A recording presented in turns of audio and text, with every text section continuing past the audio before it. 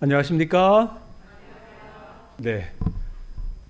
하나님의 은혜가 또 오늘 참석하신 우리 모든 성도님들에게 또 함께하여 주시기를 소망합니다. 오늘 하나님의 말씀, 우리 사사기 11장에 나타난 말씀을 함께 보도록 하겠습니다. 오늘 등장하는 사사는 입다라고 하는 사사가 등장하게 됩니다.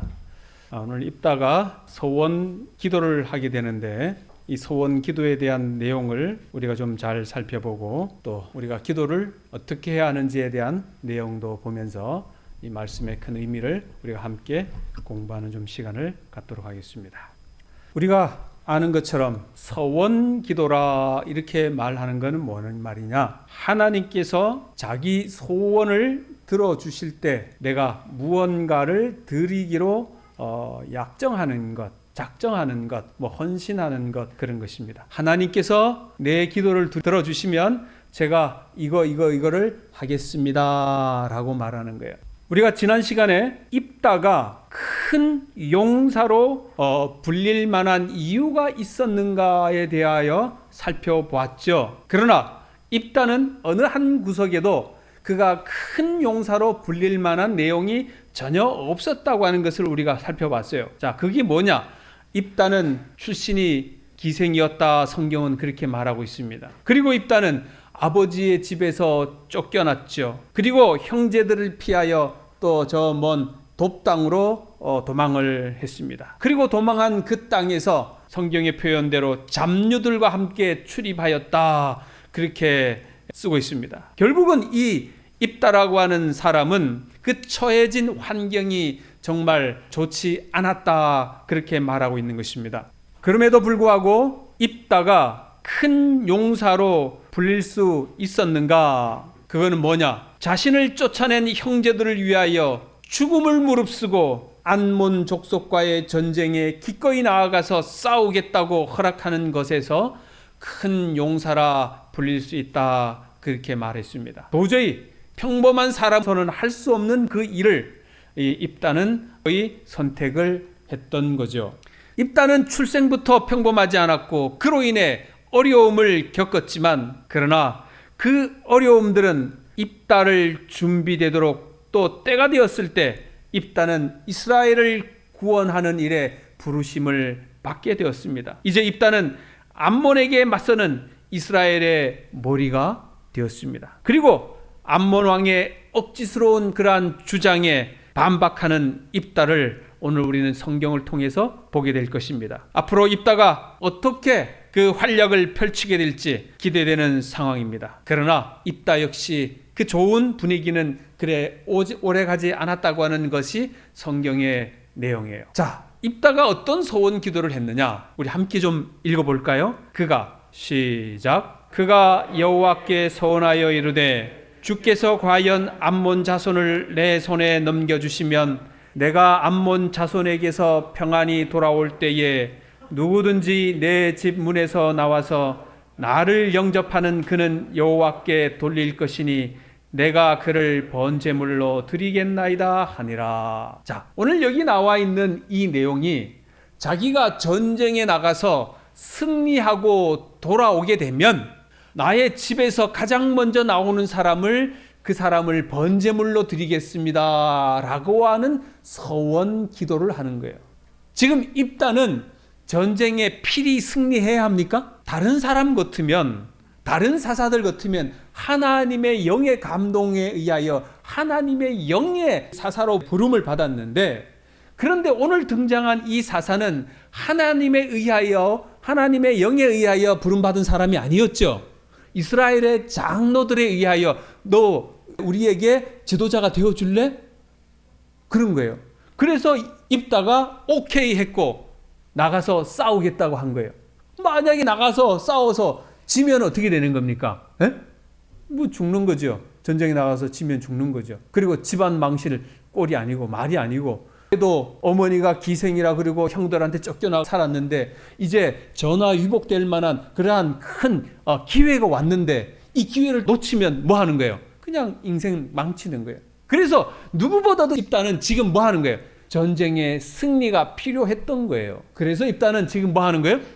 하나님, 나를 전쟁에 이기게 해주시면 우리 집에서 누가 나오든지 번제물로 드리겠다고. 자, 이 기도가 올바른 기도입니까? 올바르지 않습니까? 네.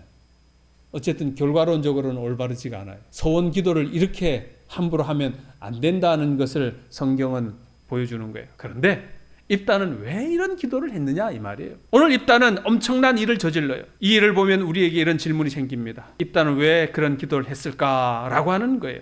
그러나 입다가 자신이 한 일에 대한 동기를 성경에는 밝히고 있지 않기 때문에 우리는 정확히 알 수가 없습니다. 다만 본문의 사실과 성경의 종합적인 근거를 가지고 우리는 몇 가지 질문을 하면서 이 사건에 대하여 생각해 보고자 합니다. 그리고 그에 대한 교훈을 말씀을 드리도록 하겠습니다.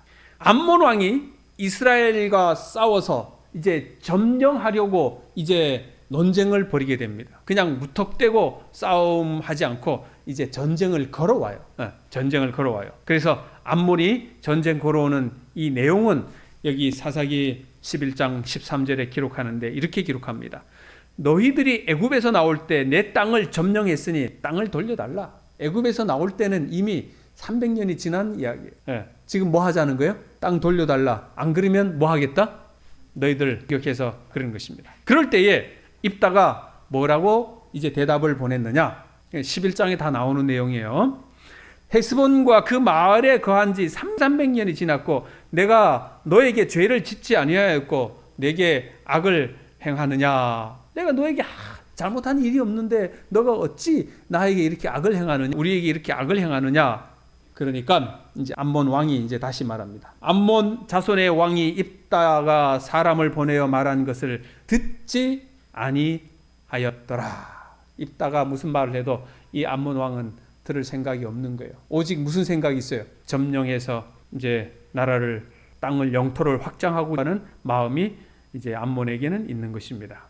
입다는 암몬 왕의 억지스러운 주장을 다양한 측면에서 논증하며 문제로 제기한 그 땅은 하나님이 이스라엘에게 주신 땅임을 분명히 말했습니다. 입다의 말을 들은 암몬 왕은 어떻게 반응했느냐?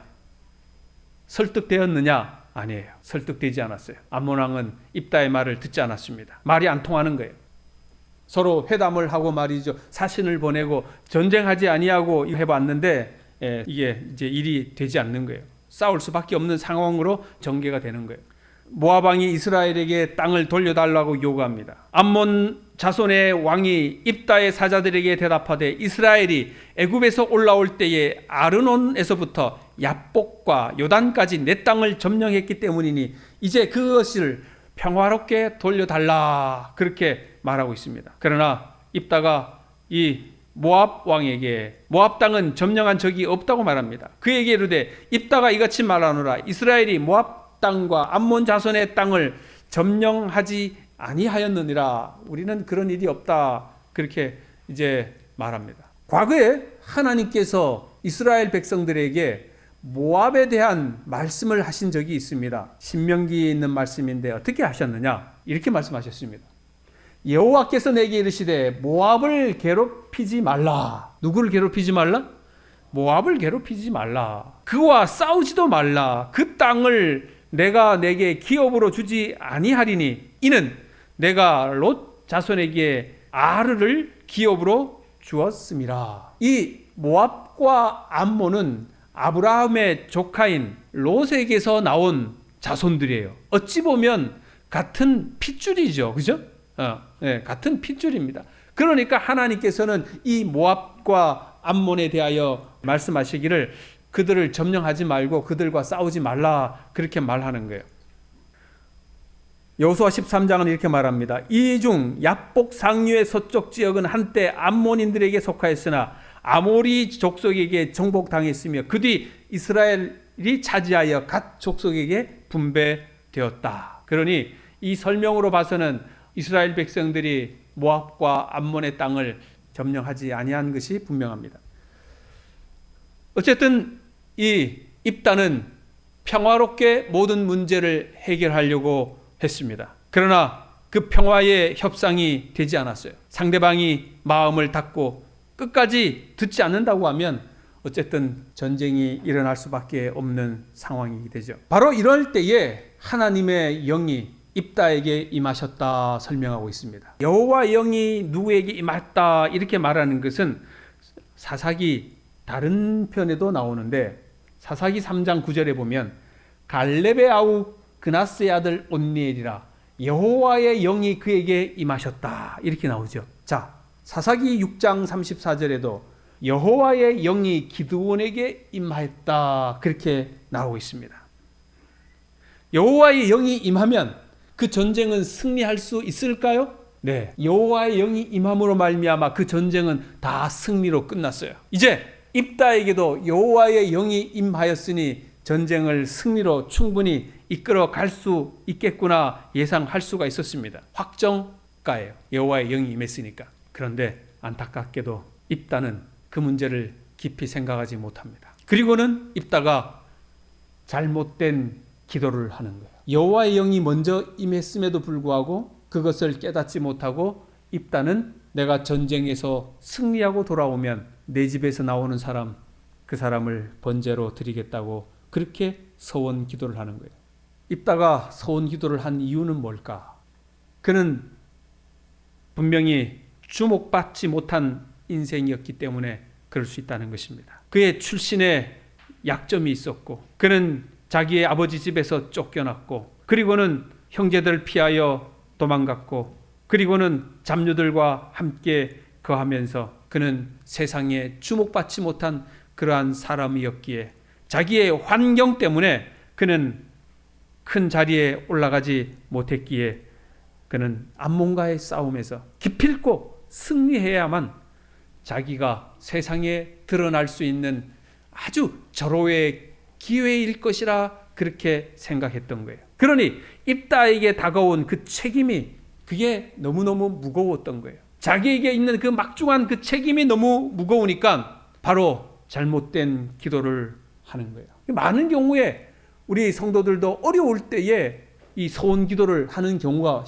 많아요. 뭐 직장이 어렵다거나 사업이 어렵다거나 막 어려울 때에 소원 기도를 해버려요. 그래 놓고는 그 소원 기도를 이행하지를 않아요. 큰 문제가 있죠. 그래서 소원 기도는 함부로 하면 안 되지만 소원 기도를 했다고 하면 꼭 그거를 이루셔야 된다고 하는 것입니다. 아주 중요한 거예요. 자, 입다가 처해진 상황이 뭔가? 18년 동안 암몬으로부터 괴롭힘을 당하고 입다가 그 선봉에 선다고 전쟁에서 이긴다고 하는 보장이 없던 거예요. 이스라엘의 군대의 규모는 아주 형편없었고 그래서 입다는 정말 고민을 할 수밖에 없었던 것입니다. 그래서 입다는 평화적으로 이 문제를 해결하려고 했던 거예요. 그런데 암몬 왕이 그 평화를 받아들이지를 않는 거예요.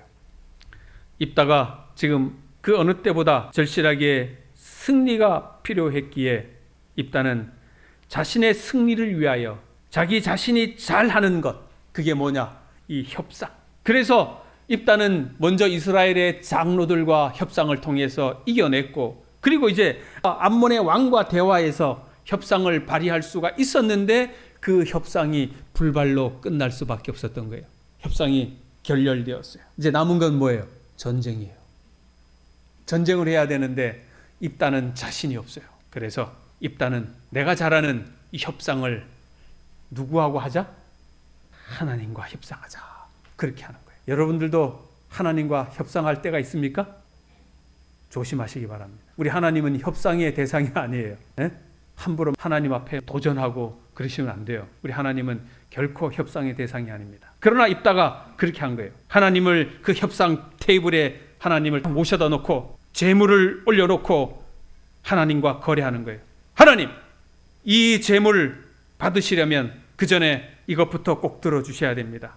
하나님을 그냥 그 협상 테이블에 꽉 묶어두고 하나님을 내 뜻에 통제하려고 하는 거예요. 마치 누군가를 내가 원하는 대로 움직이려고 뇌물을 주는 것과 같은 것입니다. 그 사람을 움직이려면 뭐 해야 돼요? 뇌물을 줘야 돼요. 그래야 그 사람이 내 마음대로 움직이니까. 하나님을 향한 믿음이 아니라 입다는 바로 의심에서 나온 행동, 지극히 인간적인 행동을 입다는 지금 하고 있는 것입니다. 우리 사랑하는 성도 여러분, 하나님은 사람이 그런 식으로 원하는 대로 이용할 수 있는 분이 결코 아니라고 하는 것입니다. 하나님은 이미 이스라엘을 구원하기로 계획하셨고 그리고 입다를 택하셨어요. 하지만 입다는 그것을 깨닫지 못하고 입다는 그 하나님을 신뢰하지 못하고 있는 거예요. 그래서 입다는 하나님께 서원을 했고 입다에게는 커다란 비극이 닥쳐오고 말았던 것입니다. 우리가 하나님을 제대로 알지 못하고 하나님이 우리를 향하여 베푸신 그 비전과 꿈을 우리가 깨닫지 못한다고 하면 인간은 비참한 결말을 맞이할 수밖에 없다고 하는 사실을 우리가 깨달아야 되는 것입니다. 자, 여러분 눈을 크게 뜨시고 중요한 거예요. 오늘 이 말씀 잘 안 들으면 여러분들도 여러분들의 가정에 문제가 생겨요. 잘 들으셔야 돼요. 자, 사사기 11장 29절 32절인데 자, 여러분 같이 한번 읽어보시기 바랍니다. 자, 이게 뭔 말이냐?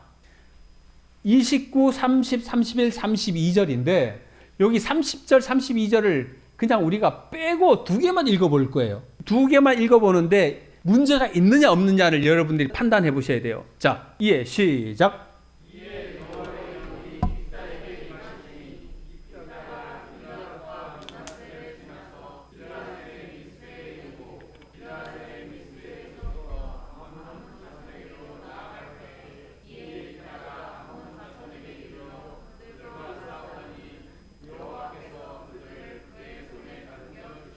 네, 두 절이 빠졌어요. 문제가 있습니까 없습니까? 문제가 전혀 없어요. 없는 게 나아요. 완벽해요. 이게 뭐냐? 여호와의 영이 입다에게 임하셨고 입다가 나가지고 싸워가지고 그것들을 하나님의 손에 넘겨주셨다 이거예요. 하나님의 영이 임하셨고 전쟁에 나가서 승리할 것이다 그거예요. 전혀 문제가 없어요. 그런데 봐봐요. 문제 없는데 여기에 이제 30절과 32절이 쏙 들어와요. 그게 내용이 뭐냐? 자, 빨간 거 한번 읽어봅시다. 그가 시작.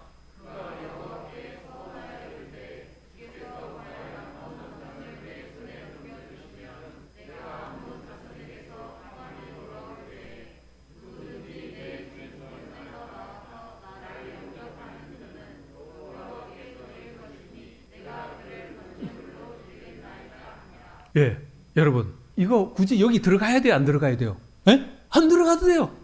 이거 굳이 여기 없어도 돼요. 없어도 되는 그 이야기를 입다가 거기다가 쑥 집어넣어가지고 소원하여 가로되 암몬 자손을 내게 넘겨주시면 우리 집에 나오는 사람을 번제물로 드리겠습니다. 왜 이런 일을 하냐 말이에요. 문제죠.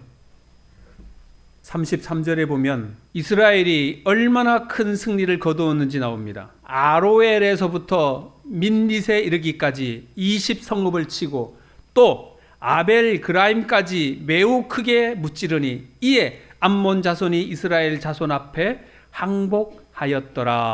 20성읍을 쳤고 수많은 사람들을 크게 무찌릅니다. 결국 암몬 자손이 이스라엘 자손 앞에 항복해요. 이제 이스라엘은 상황이 달라졌어요. 이스라엘은 승리를 거두었고 암몬은 더 이상 이스라엘을 괴롭히지 못하게 되었습니다. 그런데 성경은요, 이스라엘의 승리에 대하여 그렇게 중요하게 다루지 않아요. 입다의 서원이 어떻게 되었는지를 성경은 오히려 거기에 부각해서 기록하고 있어요. 본문에 나오는 서원의 충격적인 결과가 나오는데 승리의 기쁨을 한순간에 다 빼앗기는 사건이 나옵니다. 입다가 미스바에 있는 자기 집에 이를 때에 노란 글씨 뭐예요? 성경 참 정말 재밌어요. 이런 거 여러분들이 잘 주목하셔야 돼요. 이럴 때에 왜 여기 보라가 이리 들어갑니까? 기가 막힌 점. 보라! 그의 딸이 소고를 잡고 춤추며 나와서 영접하니 이는 그의 무남 동료라. 여기 무남 동료 딸이 여기 소리가 있어요. 아버지 장로님이 그냥 전쟁에 나가서 이기고 돌아왔는데 제일 먼저 나오는 사람을 내가 번제로 드리겠다고 했는데 누가 나왔어요? 네, 무남 동료 소리가 딱 나오는 거예요. 이제 무슨 일이 전개됩니까? 입다가 그래? 나왔네? 이게 아니고 여기 사진에 보는 것처럼 입다가 지금 뭐 하고 있어요? 입다가 제일 먼저 나오는 무남 동료 자기 딸을 보고 자기 옷을 찢으며 어찌할꼬 내 딸이여 네가 왜 거기서 나오느냐.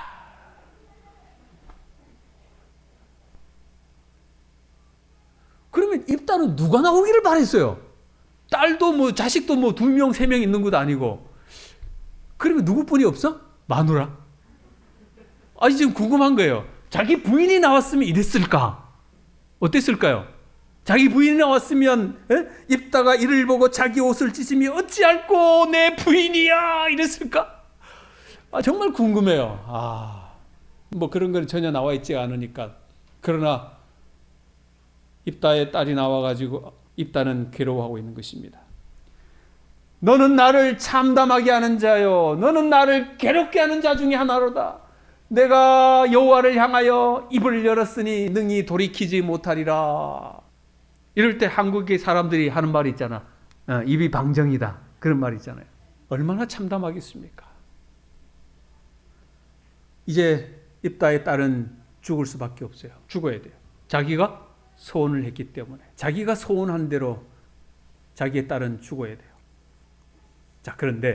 그런데 말이에요. 입다가 소원을 했지만 돌이킬 수는 있었습니다. 그런데 입다는 자기가 승리를 너무도 간절히 원했기 때문에 그 승리를 원했던 만큼 자기가 했던 말을 돌이킬 수가 없었던 거예요. 승리로 얻은 것들을 그는 포기하기가 싫었던 거예요. 이건 하나님과 지금 뭐 했었어요? 협상했잖아요. 그런데 이 협상의 약속이 깨어지면 어떻게 돼요? 이 모든 게 무산이 되는 거예요. 안 되는 거예요. 그래서 입다는 자신이 서운한 것을 지키지 않으면 하나님께서 나에게 주신 승리를 빼앗아 갈 것이라 그렇게 생각을 했던 거예요. 그래서 그는 뭐 하기로 했다고? 자기의 딸을 죽이기로 굳게 결심을 한 거예요. 자기의 소원을 지키기로 한 거예요. 뭐를 위해서? 자기의 승리를 지키기 위해서. 그러니까 입다는 아주 목적지향적인 사람인 거예요. 자기의 목적을 위해서는 자기의 딸이고 뭐고 다 희생시키는 아주 무서운 사람인 거죠. 자, 이제 여러분 잘 들어보세요. 아주 중요한 거예요. 하나님의 백성들이 하나님 앞에 소원 기도를 할 때 소원 기도에는 2가지의 종류가 있습니다. 몇 가지? 자, 첫째로는 뭐냐? 단순한 소원인데 히브리 말로 네데르라 그럽니다. 네데르. 따라해 보세요. 네데르. 이게 첫 번째 소원이에요. 이거는 이제 뭐냐?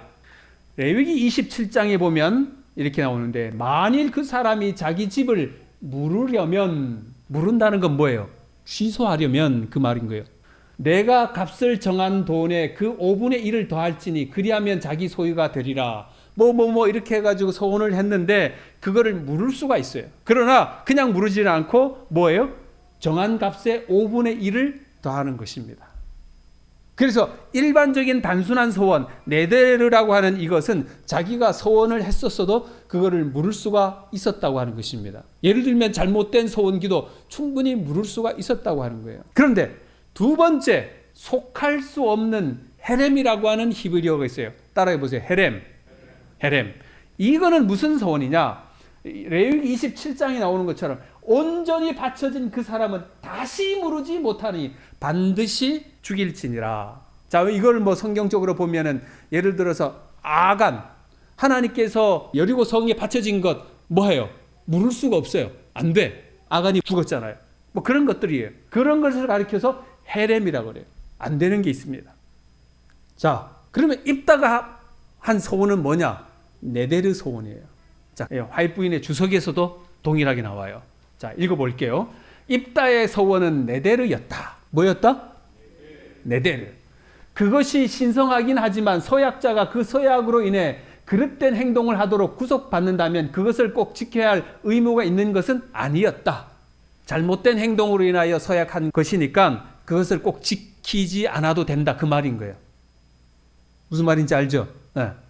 입다의 서약은 율법에 있는 명령과 대치되는 것이었기에 구속력이 있는 것은 아니었다. 그러나 그는 구속력이 있다고 느꼈기에 자신이 고통을 당하게 되었음에도 서약을 번복하려고 하지 않았다.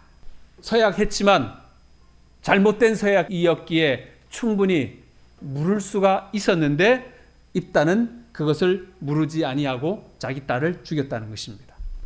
나빠요? 아주 나쁘죠. 자기의 목적을 위하여 딸을 가차없이 희생시키는 나쁜 아버지예요. 그런 아버지를 만나면 안 돼요. 그래서 너무 목적 지향적인 사람은 여러분들이 조심하셔야 돼요. 그게 아버지일지라도. 입다는 하나님의 자비를 구하며 아버지로서 충분히 엎드릴 수가 있었는데, 하나님, 제가 잘못했습니다. 제가 잘못된 소원 기도를 했습니다. 그러니 하나님이여, 이 무남 동료 내 딸을 살려주십시오라고 기도했어야 마땅합니까? 마땅하죠. 그런데 그거를 안 하는 거예요. 하나님 용서해 주세요라고 그 기도를 안 하는 거예요. 하나님, 제가 잘못했습니다. 용서해 주세요. 자신의 딸을 구원하기 위하여 그는 어떤 일도 하지 않은 거예요. 어떤 기도도 하지 않은 거예요. 그냥 내 입에서 나왔으니 죽어야 돼. 죽어야 합니까? 내 입에서 나오면 모든 것이 그대로 되어야 합니까? 내 말이 법이고 내 말이 진리입니까? 잘못됐으면 잘못됐다고 말할 줄 알아야 돼요. 내가 목사라 할지라도, 내가 장로라 할지라도, 내가 아버지라 할지라도, 내가 내 집의 가장이라 할지라도, 내가 회사의 회장이고 사장이고 할지라도 잘못된 건 잘못됐다고 말할 줄 알아야 돼요. 입다는 지금 자기 스스로 만든 늪에 빠졌어요. 그 늪에 빠진 하나뿐인 딸을 희생시키려고 하는 것입니다. 그때 입다의 딸이 말해요. 딸이 그에게 이르되, 나의 아버지여, 아버지께서 여호와를 향하여 입을 여셨으니 아버지의 입에서 낸 말씀대로 내게 행하소서. 아버지보다 100번 나아. 아버지 하셨으니까 그냥 아버지 말씀대로 이렇게 하세요. 여호와께서 아버지를 위하여 아버지의 대적 암몬 자손에게 원수를 갚으셨습니다. 그냥 제가 죽겠습니다. 아휴, 속이 터져요. 딸은 아버지가 소원한 대로 그대로 행하라고 하는 것입니다. 하나님께서 아버지를 위해 하신 일을 기억하며 기꺼이 자신을 희생하려고 하는 것입니다. 아버지가 그래야 되는데 오히려 딸이 그래요. 입다는 자신의 알량한 소원을 지키기 위하여 딸을 희생하는 것입니다. 입다는 하나님께 무릎 꿇고 자신의 잘못에 대하여 용서를 구했어야만 했는데 그 일을 하지 않았다는 것입니다. 그래서 입다는 정말 딸을 바쳤는가? 여기 성경에 보면 어떤 성서학자들은 입다를 한나가 사무엘을 하나님께 드렸듯이 그렇게 드린 것으로 했다 그렇게 표현하는데, 그러나 성경은 성경대로 우리가 볼 수밖에 없습니다. 처녀로 죽음을 인하여 애고하겠나이다 하니까 죽었던 거죠. 자기가 소원한 대로 딸에게 행하니 이스라엘 딸들이 해마다 가서 길앗 사람 입다의 딸을 위하여 나흘씩 애곡했다. 죽은 거예요. 하나님은 이스라엘에게서 사람을 제물로 바치는 것을 허락하지 않았습니다. 그것은 모압이나 암몬 사람들이 케모시, 그모스라고 하죠. 케모시. 그 신들에게 인신제사하는 그 주변 사람들의 영향을 분명히 받았을 것이라 생각되어집니다. 하나님은 결단코 사람을 번제로 드리도록 하나님은 용납하지 않으셨습니다. 그러나 입다는 그 동네에 살면서 아마도 그런 문화적인 배경을 가지고 살았던 것 같아요. 이 문화가 무서운 거예요. 여기 보세요. 어머니가 새끼를 데리고 가는데 엉뚱한 데로 데리고 다니다가 다 빠졌어요. 그래서 빙빙 돌아오면 뭐합니까? 자기 생각에는 괜찮다고 가지만 누가 빠져요? 새끼들이 다 빠지는 거예요. 이 어미 오리는 뭘 생각 못했어요? 자기만 생각하면 결코 안 되는 거예요. 그리고 정말 이 한 마리가 앞서서 가는 문제가 뒤에 새끼들에게 어떠한 지대한 영향을 끼치는지를 우리가 알게 되는 거예요. 입다는 주변의 그런 문화를 바라보고 살았기에 입다가 아마도 자식을 바치는 그러한 일을 하지 않았을까 생각되어집니다. 하나님이 원하시는 것은 뭘까요? 하나님은 무엇을 기뻐하시는가? 하나님이 원하는 것은 무엇일까? 그러나 입다는 딸을 번제로 바친 것은 하나님을 오해했고 하나님을 몰랐고 하나님을 아는 지식이 그에게 너무 부족했기 때문에 입다가 그런 잘못을 범한 것입니다. 그래서 우리 모두는 하나님을 좀 잘 알아가야 하는 것입니다. 하나님의 속성이 무엇인지를 정말 잘 알아야 돼요. 입다가 그렇게 경솔하게 소원하고 그것으로 인하여 하나뿐인 딸이 희생되었고요. 그럼에도 불구하고 입다는 자기의 잘못을 하나님 앞에 회개하거나 뉘우치지 않고 하나님 앞에 엎드리지를 몰랐습니다. 우리가 입다보다 더 나은 것이 뭐가 있겠습니까? 오늘 여러분과 저도 우리의 삶이 세상의 문화에 너무 많이 노출되어 있으면 나도 모르게 우리는 세상을 따라가게 되는 것입니다. 입다가 그렇게 했던 것처럼 오늘 여러분과 저도 동일한 거예요. 우리가 세상에 살긴 하지만 우리는 세상 사람들과 같아서는 결단코 안 되는 것입니다. 구별되어야 하는 것입니다. 그 사람들이 그렇게 한다고 우리가 결코 따라가서는 안 되는 거예요. 지킬 것은 지키셔야 되는 거예요. 영화나 드라마나 스포츠나 오락이나 게임이나 음악이나 공연, 이 모든 것들이 우리에게 얼마나 중요한지 모릅니다. 어제 이규하 집사님이 기도 가운데 참 가슴에 와닿는 게 있는데, 이 경계선이 허물어가는 시대에 그렇게 기도를 하셨어요. 지금 우리가요, 세상과 하나님과의 관계에서 경계선이 허물어지는 것 같아요. 없어요. 이게 세상 같기도 하고 하나님 같기도 하고 말이죠. 그리스도인 같기도 하고 세상 사람 같기도 하고 아주 모호한 거예요. 이것도 아니고 저것도 아니고 그 사이에서 우리는 지금 살고 있는 것입니다. 오늘 여러분과 저가 하나님의 백성이라고 하면, 하나님의 남은 자손이라고 하면 나의 정체성이 무엇인지 뚜렷한 자리에 서셔야 되는 거예요. 양다리 거치시면 안 되는 거예요. 조심하셔야 하는 것입니다. 우리의 집이 이러한 집으로 살지는 않습니까? 우리의 모습의 집, 우리의 마음의 집, 하나님은 바꾸기를 원하셔요. 잘 정도된 집으로, 깔끔한 집으로. 우리의 사상이, 우리의 생각이, 우리의 품성이, 우리의 꼴지어진 모습들이 우리가 바르고 반듯하게 준비되는 그러한 사람으로 살게 되기를 간절히 소망합니다. 입다의 제물이 잘못되었다고 말하면서 정작 나는 무엇으로 하나님께 드리는가? 우리가 깊이 생각해 봐야 합니다. 그래, 입다가 잘못된 줄은 우리가 알겠어요. 그러면 나는 뭐냐는 거예요. 나는 동일하게 입다처럼 살아서는 안 되는 것입니다. 나도 입다처럼 그러한 기도를 드려서도 안 되는 거예요. 나도 입다처럼 그런 우물쭈물한 그러한 주변의 환경에 영향을 받으면서 살아서는 우리가 안 되는 것입니다. 로마서는 말합니다. 그러므로 형제들아, 내가 하나님의 모든 자비하심으로 너희를 권하노니 너희 몸을 하나님이 기뻐하시는 거룩한 산 제물로 드리라. 이는 너희가 드릴 영적 예배니라. 너희는 이 세대를 본받지 말고, 뭐를 본받지 말고요? 이 세대를 본받지 말고, 세상 사람들이 하는 대로 따라하지 말고, 그 말씀하시는 거예요. 오직 마음을 새롭게 함으로 변화를 받아 하나님의 선하시고 기뻐하시고 온전한 뜻이 무엇인지 분별하며 살아라, 그렇게 말씀하시는 것입니다. 그것이 바로 남은 백성이 살아가야 할 길이라고 하는 사실이에요. 분명히 하나님 말씀하신 너희는 이 세대를 본받지 말아라, 마음을 새롭게 해 변화를 받아라, 그 말씀하시는 것입니다. 우리 한번 결심해 보시겠습니까? 한번 같이 읽어보십시다. 시작. 너희는 이 세대를 본받지 말고 오직 마음을 새롭게 함으로 변화를 받아. 아멘. 우리가 그러한 사람이 되십시다. 우리는 어떤 제물을 드려야 하겠습니까? 주님은 너희 몸을 하나님이 기뻐하시는 거룩한 산제물로 드리라. 하나님이 기뻐하시는 산제물로 드리라, 그렇게 말씀하십니다. 우리가 의식이 있든지 없든지 간에 우리는 매일매일 하나님께 내 삶을 드리고 있는 거예요. 그리고 그것이 하나님이 받으실 만한 것이 될 수 있도록 우리가 그렇게 해야 하는 것입니다. 여러분과 저가 산제물이 되기를 하나님은 원하십니다. 우리가 하나님이 기뻐하시는 거룩한 산제물이 되어야 하지 않겠습니까? 그렇게 하기 위해서는 우리가 제물이 될 수 있는지를 한번 생각해 보아야 되는 거예요. 우리의 흠집난 마음으로, 흠집난 생각으로, 흠집난 그러한 품성으로 하나님 앞에 제물이 될 수가 없는 것입니다. 우리 사랑하는 모든 성도 여러분, 우리 주님께서 왜 십자가에 달려 돌아가셨습니까? 왜 십자가에서 제물이 되셨습니까? 그분이 왜 죽으셔야 했고, 그분이 왜 모든 것을 여러분과 저를 위하여 내주셔야 했습니까? 우리가 기억해야 합니다. 우리가 산 제물이 되어야 하는 이유는 여기 있지 않습니까? 우리가 하나님을 기쁘게 하는 삶을 살아야 할 이유가 바로 여기 있지 않습니까? 바로 십자가에 있는 것입니다. 나를 위해 죽으신 그분을 위하여 살아가는 여러분과 저가 되기를 간절히 소망합니다. 하나님이 기뻐하시는 삶으로 우리가 예배 드려야 하는 것입니다. 우리 예수님이 하신 일 때문에, 예수님이 우리를 위해, 예수님이 나를 위해 희생되었기 때문에 우리는 하나님이 기뻐하시는 삶, 예배 꼭 우리가 드려야 할 것이라 생각되어집니다. 예수님이 제물이 되셨기 때문에, 그래서 나는 기쁨으로, 감사함으로, 즐거움으로 우리가 예배를 드릴 수가 있는 것입니다. 우리 사랑하는 모든 성도 여러분, 여러분들의 삶과 나의 삶이 매일의 삶 속에 제물이 되어서 하나님께 영광 돌리는 그러한 믿음의 성도들 되시기를 간절히 바라며 말씀을 드리도록 하겠습니다.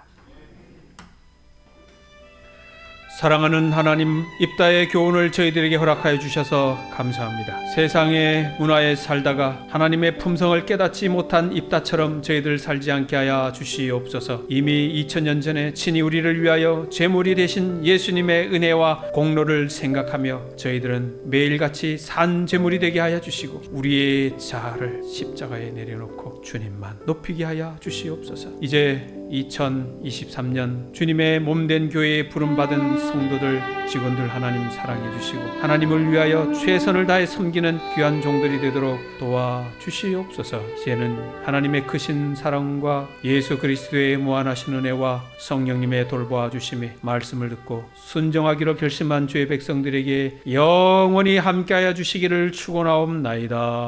아멘. 아멘.